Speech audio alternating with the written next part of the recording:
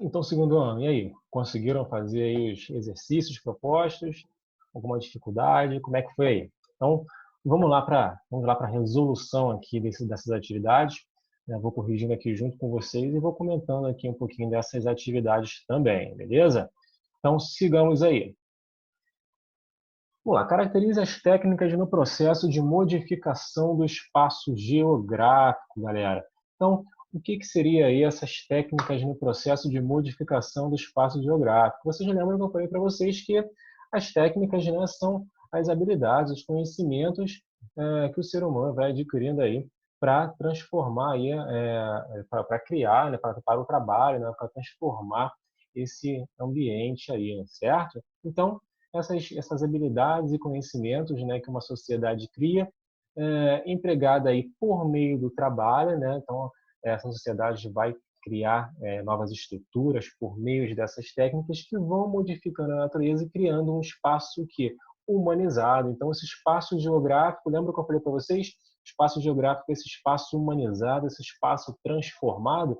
Então, é exatamente isso aí. A resposta correta, então, habilidades ou conhecimentos desenvolvidos por uma sociedade na produção de instrumentos e máquinas e que, empregados por meios do trabalho, para sua realização, modificam a natureza, criando um espaço humanizado. Beleza? Então, essa resposta aí está aí no livrinho de vocês. Deixa eu confirmar aqui a página que está essa resposta, a página 239 do livro de vocês. Vocês encontram aí essa resposta também. Questão 2. O espaço humanizado no qual encontramos a natureza socialmente transformada pelo ser humano é caracterizado como... Isso aí fácil demais, já respondemos aí na questão anterior, é bem tranquilo. Então, esse espaço geográfico, esse espaço humanizado, transformado aí pelo ser humano, né, com o auxílio das técnicas, a criação de produtos de coisas artificiais. Então, nós temos aí esse espaço humanizado, né? Então, um espaço que antes compreendia, por exemplo, um rio, o ser humano vai lá e constrói uma ponte. Então, essa técnica aí, esse trabalho utilizado através das técnicas empregadas, cria um espaço humanizado, um espaço geográfico nesse local, né? Nesse local, nesse ponto natural aí, né? Então, nós temos aí um espaço geográfico, beleza, pessoal? Fácil essa daí, tranquila. 3. A forma de trabalho que se observava até o século XVI na Europa, onde ferramentas, utensílios domésticos, roupas e alimentos eram produzidos com a utilização de instrumentos rudimentares, denomina-se artesanato. Quem respondeu é artesanato está correto. Então, o artesanato, que foi predominante até ali o século XVI, início das grandes navegações. Então, nós tínhamos aí o artesanato, o emprego aí de equipamentos rudimentares, né, de ferramentas praticamente, onde o artesão era responsável por todo o processo de produção, né, inclusive o lucro que ao período era dele. Então, nós temos aí o processo artesanal. 4. O modo de produção caracterizado pela adoção de máquinas de tração animal e humana e com meio de produção pertencente a um único dono, com trabalhadores assalariados, predominante na Europa entre os séculos XVI e XVIII, denomina-se... Quem respondeu manufatura está correto, no processo aí de manufatura que começou a utilizar já máquinas com tração animal. Inclusive, eu falei para vocês também que existiam máquinas movidas aí a energia hidráulica, né, a força ali, por exemplo, de rios, né, girando, por exemplo, uma roda ali, fazendo esse trabalho aí de tração desse equipamento, dessa máquina. Porém, essas máquinas elas já tinham um único dono, né? Era o proprietário dos meios de produção e ele empregava pessoas que recebiam salários. Então, começou um processo ali de trabalho assalariado já na manufatura. Então, entre os séculos 16 e 18. Então, nós tínhamos aí a manufatura, esse processo aí manufatureiro já iniciando nesse período. Resposta correta da 4B, quem respondeu B está correta aí. A 5, a primeira revolução industrial ocorreu na Europa, mais precisamente na Inglaterra, entre os séculos 18 e 19, e deu início à produção de manufaturados em larga escala.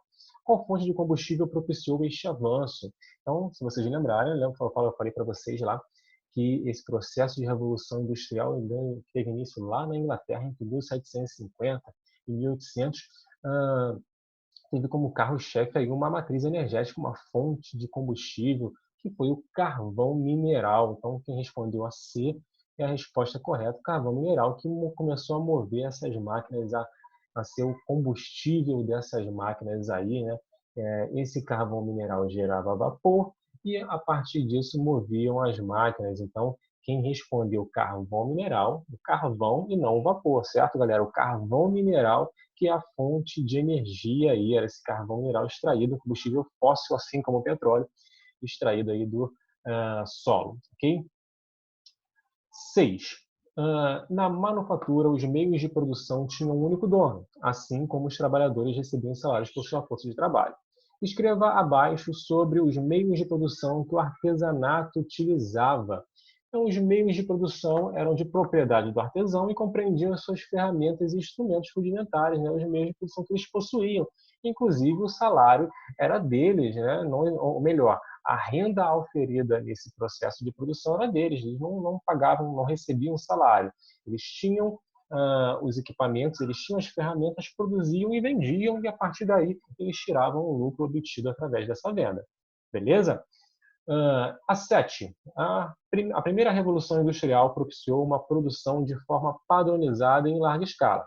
Conceitue esse processo respondendo sobre a padronização das mercadorias e a produção em larga escala. Então, a produção em massa ou larga escala era um processo de produção contínua em grandes quantidades. Então, as máquinas começaram a produzir muito em grande quantidade. Antes, os artesãos eles levavam dias para poder construir, por exemplo, para poder fabricar um tapete. Né? E, a partir do processo de revolução industrial, as máquinas começaram a produzir tapetes em larga escala, vários tapetes por dia, porque era uma máquina que fazia todo o processo produtivo. Então, processo aí, essa produção contínua em grandes quantidades. Ao passo que a padronização era produção igual, com características iguais, então era tudo padronizado, com características muito iguais, então os produtos saíam muito parecidos ou idênticos ali ao final do processo produtivo. No processo artesanal, cada produção, cada tapete produzido, ele tinha características próprias, né? Ele tinha um defeitinho aqui, outro defeitinho ali, ele tinha um tamanho diferente um do outro, porque não era uma produção padronizada. Então, essa padronização foi exatamente essas características iguais que a Revolução Industrial conferiu aos produtos. Então, uma blusa fabricada ela teria exatamente os mesmos tamanhos, a mesma característica de tecido, a mesma característica de fibra do tecido. Então, isso fez com que houvesse uma padronização aí. Beleza? E, por último aqui, como a Revolução Industrial impactou o meio rural, quais as consequências desse processo. Então, aí a modernização das atividades agrícolas tornou dispensável um grande número de trabalhadores. Por que tornou dispensável um grande número de trabalhadores? Se nós tivemos uma modernização dessas atividades agrícolas, a introdução de máquinas e equipamentos, né, novas ferramentas no meio rural, essas máquinas e equipamentos, essas novas ferramentas tornaram o uso maciço de trabalhadores dispensável. Ou seja, uma máquina, um processo, por exemplo, de plantio que demandava 100 pessoas, passou a demandar apenas 5 pessoas. Então, essa modernização fez com que as pessoas do campo começassem a perder os empregos. Elas vendo esses empregos perdidos e cada vez mais as cidades crescendo, as indústrias crescendo e dando uma melhor qualidade de vida, fez com que essas pessoas do meio rural buscassem cada vez mais as cidades. Então, nós tivemos um processo aí de saída do campo em direção às cidades, o chamado êxodo rural, que vocês com certeza já ouviram falar aí, essa palavrinha êxodo rural, essa saída aí do campo em direção às cidades. Certo, pessoal? Então, só para a gente poder conceituar aqui, ou melhor, para poder indicar para vocês o local certinho aqui, eu falei da 1, né? Onde que estavam aqui a resposta da 1. A questão 2, a resposta também está na página 239. A questão 3 está na página 240. A questão 4 na página 241. A questão 5, na página 241 também. A questão 6, na página 240, a questão 7 está na página 241 e a questão 8 está na página 242.